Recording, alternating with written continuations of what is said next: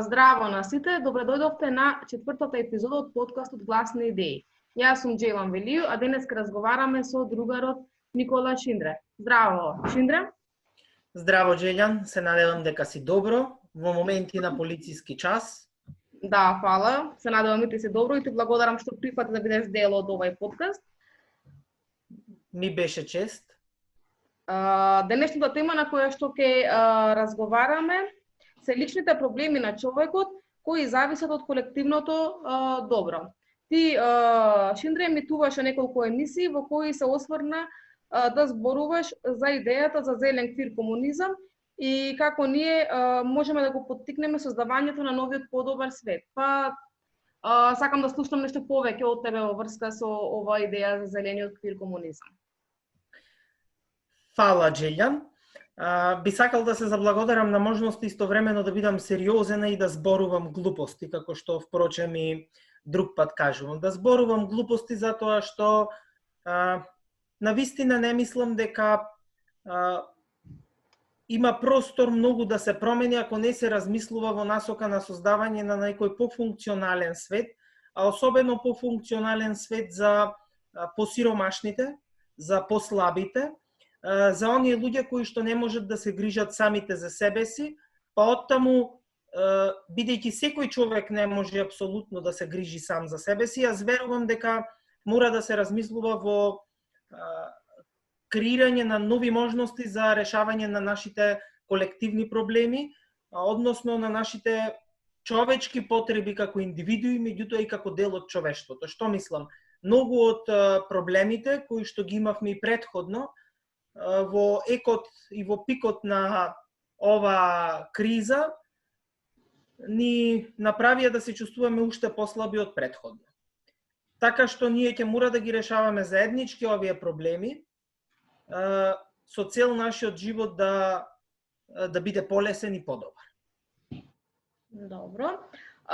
Што ми го привлече вниманието во твоите видеа е тоа што направи спој помеѓу екологијата и сексуалноста, односно се осврна на теми како што се зеленило, агрономија, квир заедница, хивот, здравствените работници и така натаму. Како сметаш ти дека ние треба да се однесуваме за да можеме и самите да придонесеме кон колективното добро?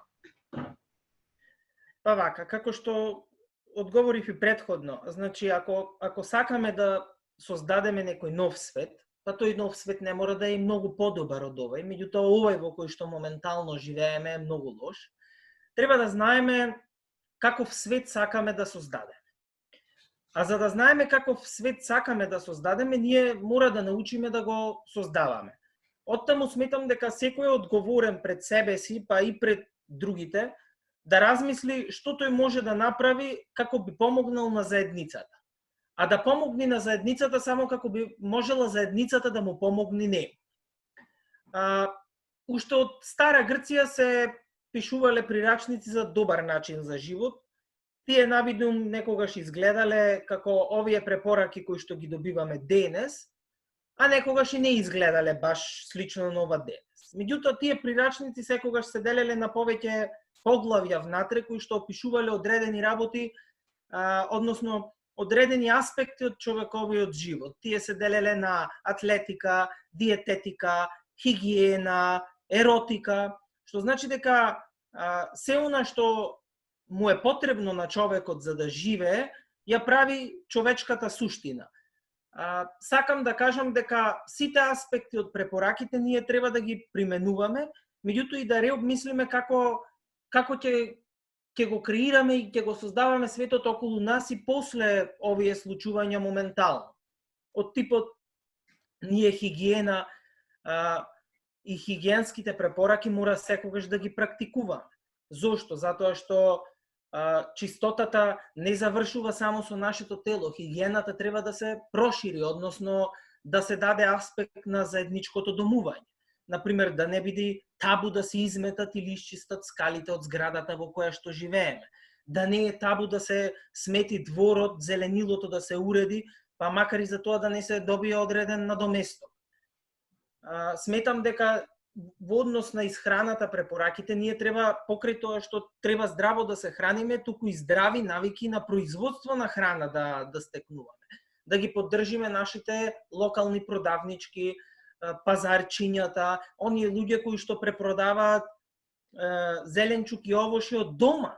Значи, ние мора да го смениме цел концепт на нашето живење. Ние како ќе се храниме здраво ако влегуваме во аптека и купиме десетина витамини кои што треба да ги испиеме во наредните 2 недели. Не постои таа опција, од тука и за еротиката. Значи, човекот треба да практикува здрави сексуални навики кои што ќе му овозможат да се чувствува по-целосен, да има одредено задоволство кое што ќе му помага да продолжи понатака и со така тешкиот живот. Значи, од тој аспект сметам дека и екологијата, и сексуалната слобода, и економската слобода се работи кои што го сочинуваат и предуслови за опстанок на човековиот живот. Едното без другото не можеме да го практикуваме и не можеме да го оствариме.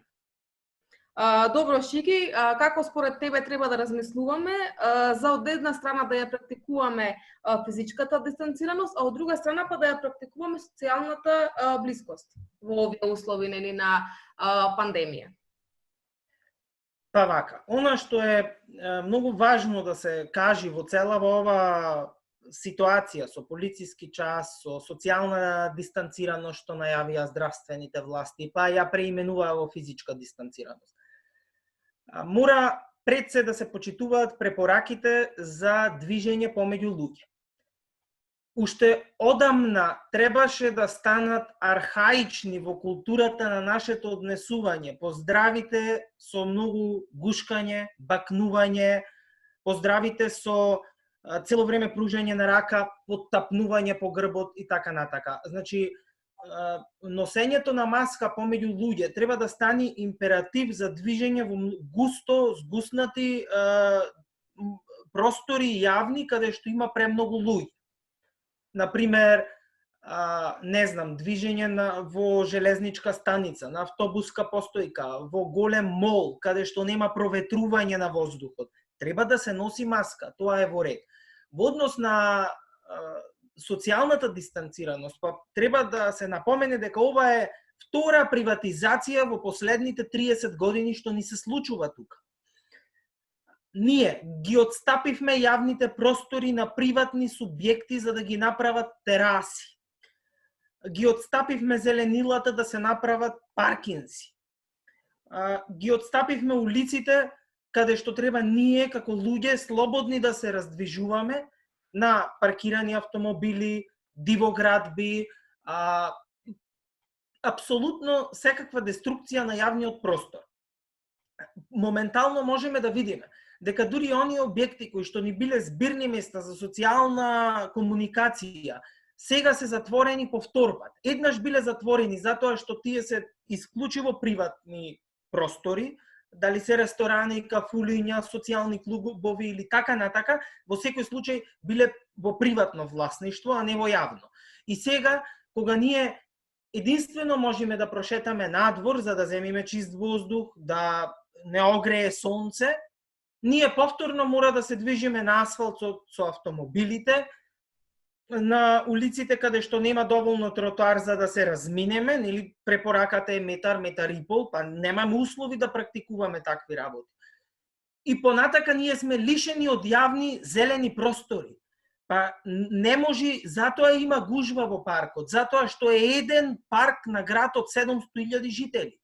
Ние треба да имаме барем 10 паркови како градски парк во Скопје, за да може човекот да има контакт со природата, па каков и да е тој контакт, дури да е вештачки во парк. Ние не можеме само дома да останеме заробени. Точно. Добро, јас лично мислам дека малку се претера со мерките во смисла на полицискиот час и со долготрајниот карантин од 2-3 дена. Како ти гледаш на тоа?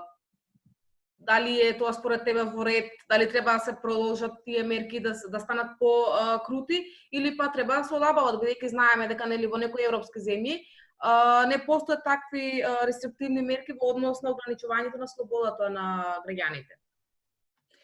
Јас навистина не би можел да дефинирам слободата на граѓаните. Значи едноставно не можам, тоа е широк концепт. Слободата на Меѓутоа она што јас сакам да го кажам е дека полицискиот час служи за воспоставување на ред на движење на работниците и на граѓаните. Значи, полицискиот час не служи тука да не заштити нас од вирусот. Не може да не заштити. Карантинот, од друга страна, може да не заштити. Меѓутоа, за да се спроведе карантин, самите власти кажаа дека е скап. Оттаму ова е само, не знам, некоја состојба во која што вештачки ни го ограничуваат правото на слобода на движење, на комуницирање физичко и така натака, а нема да не заштити.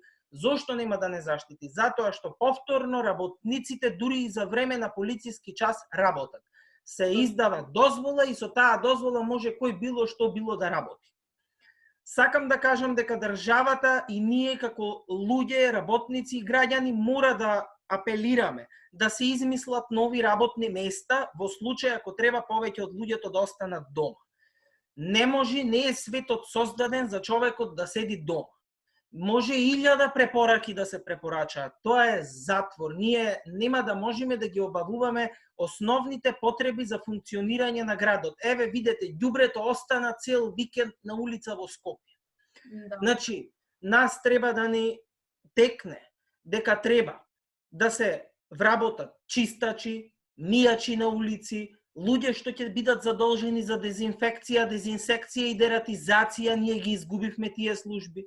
Ние мора да ни текне дека ако треба да се седи дома, нели, препорача хронично болните, пензионерите, постарите луѓе и така натака, дека здравите ќе мора да работат. Треба да се вработат патронажни сестри кои што ќе одат кај старите лица дома да им помогнат. Треба да се вработат одгледувачи на деца, има самохрани родители во оваа држава што не можат крај со крај да врзат постојано, а не пак во оваа криза. Нам треба да ни се измислат нови работни места за заштита на послабите, а не задржување на старите работни места кои што се покажале дека не се потребни до таа мера. Не може сите служби за доставување во градот да се приватни и ниту една државна служба да не се занимава со добробитта на оној кој е заробен да седи дома. Ами инвалидите не се од вчера инвалиди. Значи, тие биле заробени во сопствениот стан и никој не се грижал за нив. Ние сме на тоа ниво, никаква институционална грижа за послабиот. Мора тие работни места да се измислат. Точно. Значи, се тоа што го кажуваше точно и убаво, но како за се спроведе, нели, треба да има слух од властите, но знаеме дека како и секогаш и сега најверојатно нема да постапат по барањата и препораките на граѓаните. И се сакам да се надоврзам баш со ова на последното прашање. Значи, знаеме дека неминовно светот треба да се промени, светот во кој што живееме, за да стане подобро место за живење за сите нас, бидејќи овај начин на функционирање се покажа како нефункционален и гледаме дека оди во пропаст. Знаеме исто така дека борбата ќе биде, нели, тешка и долга за да се стигне до тој поубав свет. И како ти сметаш дека треба да се подготвиме за таа борба и како да ја водиме таа борба, бидејќи има, нели, најразлични теории за тоа?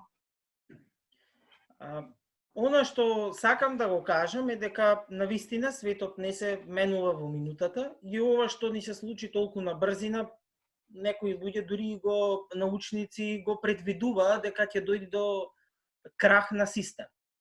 Но она што сакам да го кажам е дека луѓето треба да размислат што сакаат да бараат, што сакаат да променат, меѓутоа и во таа нова борба што ќе треба да се води за поголемо зеленило, за поголема хигиена, за можности физички да се дистанцираме едни од други, а сепак тие можности да се јавни, паркови, улици пространи, велосипедски патеки, ќе треба да знаат и од што сакаат да се откажат.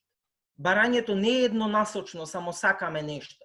Оти ние можеби сите да сакаме автомобил, но што ќе се случи ако секој еден граѓанин од Скопје поседува автомобил? Ние стигнуваме за брзо до таа бројка. Значи треба да знаеме од што ќе се откажиме, она што е помалку потребно, за да може нужното, она што е потребно за секој човек, што му е најнужно на човечката природа да биде достапно за секој подеднакво. Значи, во борбата за чист воздух, ние ќе мора да се откажеме од автомобилот или од грејењето на мазут, на нафта, на дрва, не знам, на она што загадува. Во однос на борбата за слободно движење, ние ќе мора да се откажеме од автомобилот за да се движиме со подобар и поефикасен јавен транспорт сите подеднакво. Значи, кога ќе бараме нешто, ќе треба да бидеме свесни дека од многу работи ќе треба и да се откажеме за да се создаде еден свет кој што ќе биде пофункционален од овој. Добро, Шиндре, јас ти благодарам што беше дел од оваа емисија, па се надевам дека и во иднина ќе разговараме на други теми со тебе. Фала што бев гостин во Гласни идеи, ги гледав и предходните 2-3 емисии, навистина ми се допадна, па се надевам дека во иднина ќе имате и подобри и попаметни гости од мене. Добро. Значи ние сме се уште почетници, можеби не изгледаме професионално, но се трудиме нели да се подобриме. Фала ти на разбирањето ете уште еднаш и мило ми е што не следиш.